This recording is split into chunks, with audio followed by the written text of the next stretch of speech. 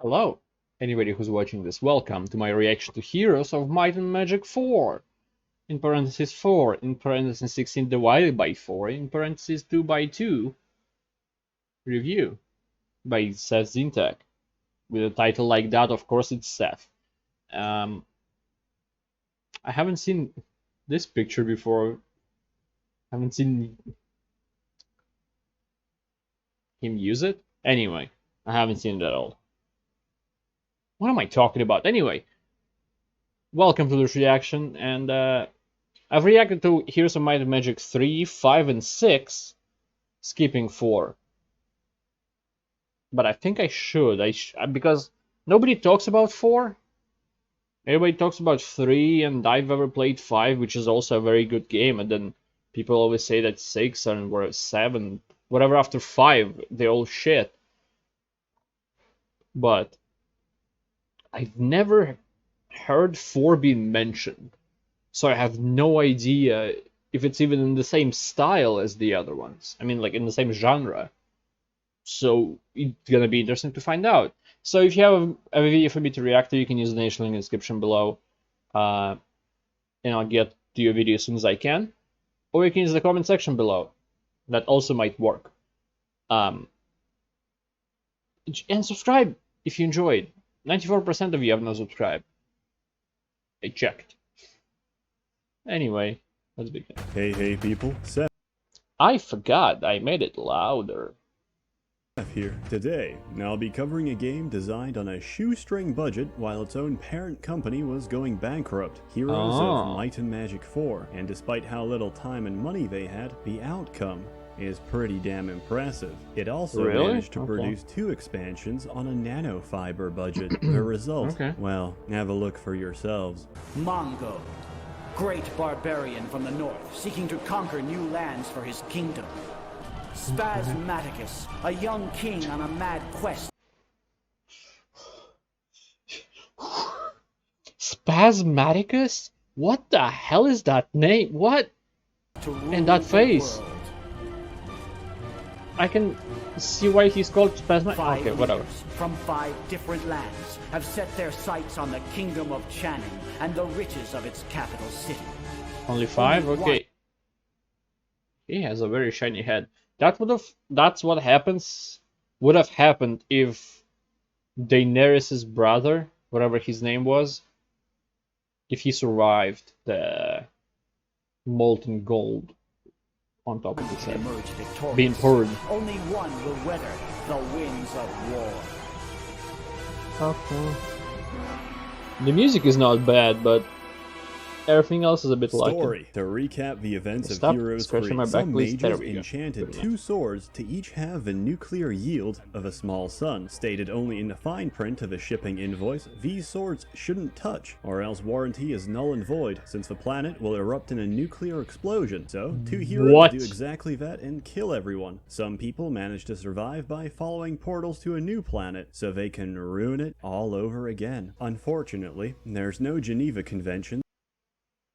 That's not a good place to pause. NATO oversight for wizardry, which is there we go. That wasn't good timing to pause that.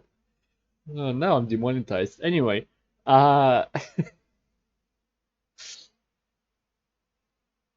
forgot what I wanted to say. It's just insane. Did you see that explosion? There would be no survivors. There would be nuclear winter immediately.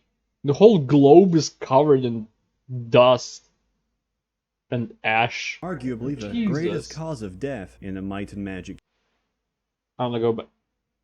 If I go back 5 seconds, I probably will end up where I. Okay, I'm not going back to read that. Yeah, the Callahan working peasants models. Anyway, I will go back. That's actually. I wonder what it says. I forgot about oversight for wizardry, which is arguably the greatest. Wizard makeup. Oh, it's the same thing. I thought there were multiple. 0.7% of the world population, yet commit 26% of something crimes. They can control 80% of world. Or NATO oversight for wizardry, which is arguably the greatest cause of well, crime. Death in a Might and Magic. Worldwide gold reserves, you call hardworking peasants muggles. Universe. Yet, War crimes by practitioners of the arcane are rarely prosecuted. However, universe makes no sense if you look deep enough. Actually, not that deep. Anyway. As mages will often teleport out of courtrooms and cast mass Alzheimer's on the judge and jury. The only people not susceptible to magical subversion are barbarians. Being so mentally retarded, they're not even considered a vegetable anymore. Gameplay. Heroes 4 is the most heroes-centric game of the entire series. Heroes in this game have a physical presence in the battlefield and can be killed. It's just gonna cost you your entire army to do so. Heroes go from being fragile glass to killing 2 or 3 black dragons per attack. As heroes level up, the power gap between them and normal units only increases. At some point, you're left feeling like a Dragon Ball Z character. If a plot of Dragon Ball Z involved slaughtering entire populations of crippled, boneless children. And that's a good feeling. To all the Heroes 4 critics out there, have you never experienced the intoxicating sensation of absolute control, of absolute power? I have. Once. My friend was in anaphylactic shock from his nut allergy. And I stole his EpiPen. I'm really sorry about that, by the way. I thought the nut allergy was a joke. I mean, I'm not gay that either. I've also got an allergy I'm definitely to demonetized after everything that's going on in this video. But maintains many of the older game's mechanics. He's probably too. You explore and plunder the lands and slowly build up an unstoppable team of I'm surprised there wasn't an age warning on this video. adventurers to dominate rival players. The original campaigns are all good fun and tell some enjoyable stories with lots of colorful character development. In fact, some of the campaigns have such lengthy dialogue and text that you feel like you're reading a short fantasy novel instead. The same can't be said for the 2 expansions, which sound like they were recorded off a copper wire inside a submarine. Mysterio the Magnificent has traveled south to the shores of the Senjak Sea, to a wild land inhabited by many untamed and ferocious tribes. Little is known about this region, even to the great Mysterio. With maybe Was the sound wobbly like that, high and low, in Seth video, or is it the original? Be a small paragraph of text explaining your motivations, but can be summarized as, "Hey faggot, some necromancer is resurrecting people's assholes and ruining the prostitution industry. Stop him by collecting his offshore banking details hidden across 7 tax havens." Both the expansions feel like some filler bullshit intended to suck up as much of your time as possible to justify the original box price. Don't expect anything more than a handful of new units and structures. There's less units in the game compared to the third title, and they don't have second-tier upgrades like before, but every single creature has special abilities and properties that make them distinctly unique, such as these Irish migrants. Violent and aggressive, but easy to kill, with the ability to give themselves extra luck once per turn. But they'll need a lot more than luck to unify their island. Harsh, but I guess that's where 5 gets it from, because 5 also has like special things on units, but it's much more unit centric than this one, and I didn't know that 3 didn't have that actually. At least I don't remember. There's lots of little quality of life improvements from the previous game. You no longer have to visit every single fucking neutral dwelling to collect your forces. Instead, you use a caravan system to safely and quickly transport troops between structures in towns, provided there's a direct logistic route available. In towns, you now need to pick upgrade paths to choose which higher tier units you'd like to produce, allowing you to adapt your strategy according to the enemy or what sort of resources you've got access to. The unit models look alright.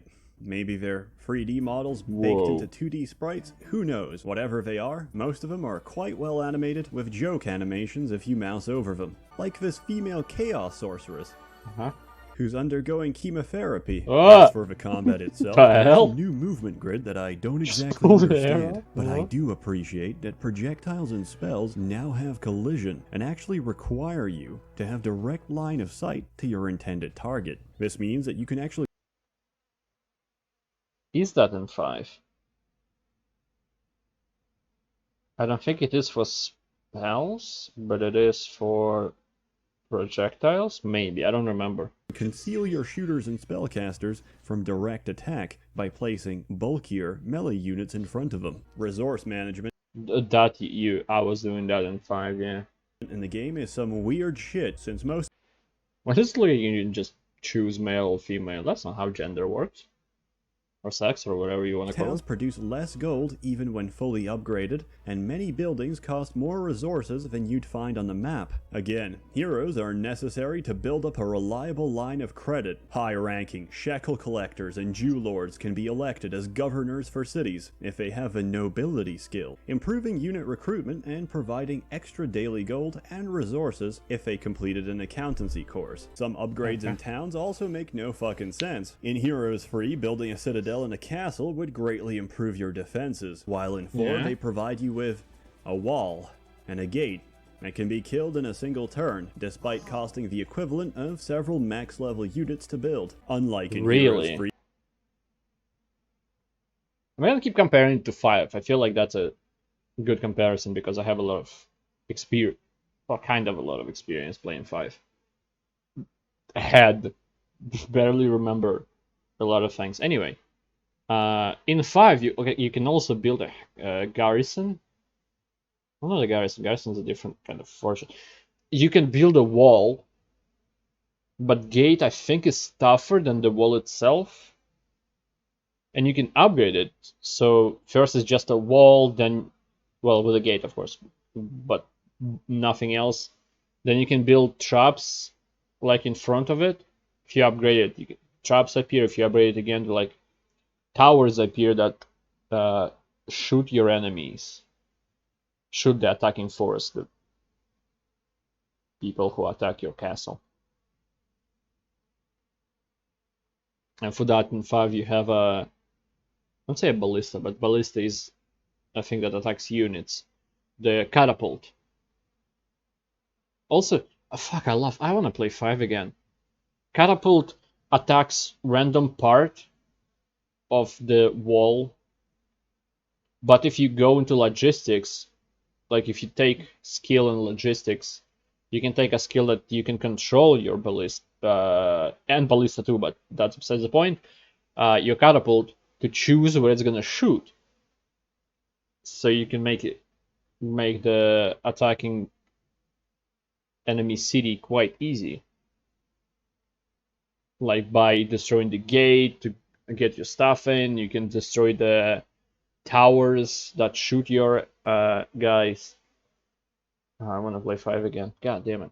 Where all the towns are represented by different factions, Heroes 4 towns are grouped loosely by their school of economic ideology, contrasted by their polar opposite. These are order, planned economy, chaos, anarcho-capitalism, nature, the free market, life, crypto-theocracy, death, communism, and might.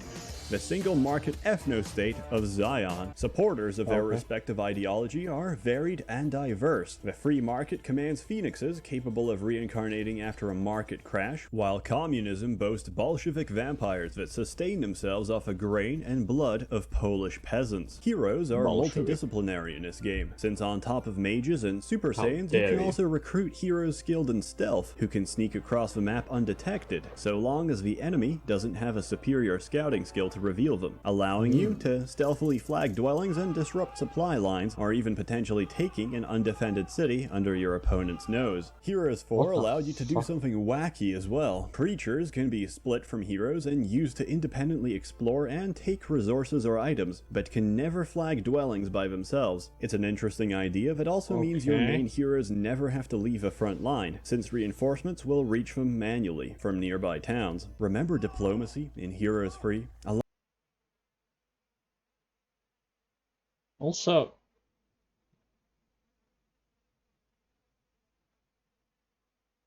you can just throw them everywhere and take over the whole map just by units. Oh, I want to say that heroes are the most powerful unit, so throwing out like people around them is a thing.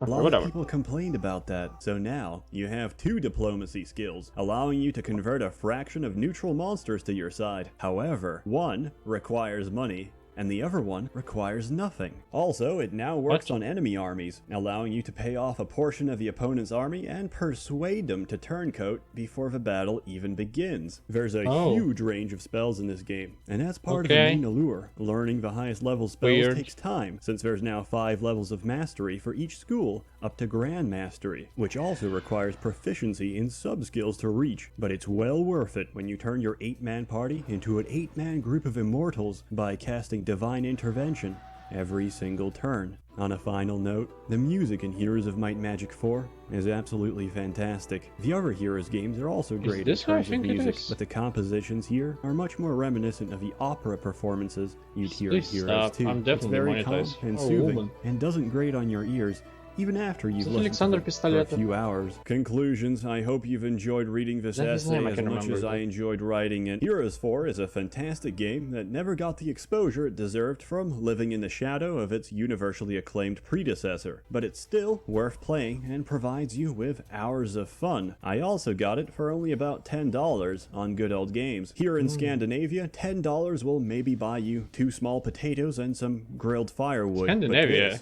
This will keep the hunger pangs at bay. Did he move to London? Much longer. Or the UK? As always, more content to come, so stay tuned. A warm thanks to the many members of the Merchants Guild funding and bankrolling these terrible videos. You're all truly wonderful, and I'm running out of Heroes games to review, so I can feel the news closing very familiar in on me. Content. Have a good one. Hey. Okay. Hey people, Seth here. Can you move on this? There we go. Good. Good dragon.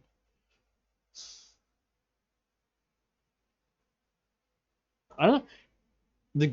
It started a lot of nice things that were moved then to 5. Some weird ones as well. But I don't see anything that bad that I can say that, oh, it's not as well known or as played as 3 or then 5 because it's shit. It doesn't seem that way. I don't know. Maybe there was something else. Maybe marketing.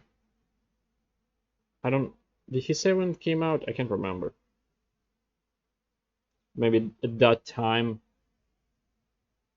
Like, maybe it was they didn't have money for marketing at all. So they put all they have, even though it wasn't much, to the game development. Hope for the best. I don't know. Maybe somebody else. Maybe somebody in the comments will tell me. I don't know. I can't tell why. Because I don't know if Heroes 3 had Heroes of Might and Magic 3.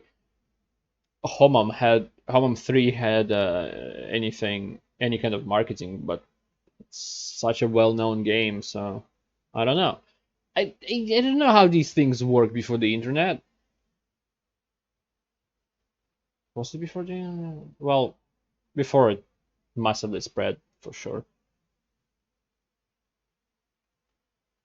I was thinking, oh, did 5 came out before I had internet and stuff? It came out before I had PC.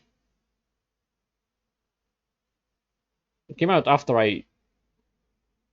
my NES was got somewhere by my parents. Anyway, I don't want to go into details. Thank you, anybody who watched this. I appreciate it a lot, and I hope to see you next time. And if you want the next time, you can subscribe for more low-energy, low-quality content. Thank you. Goodbye. Have a great life, because one of us has to.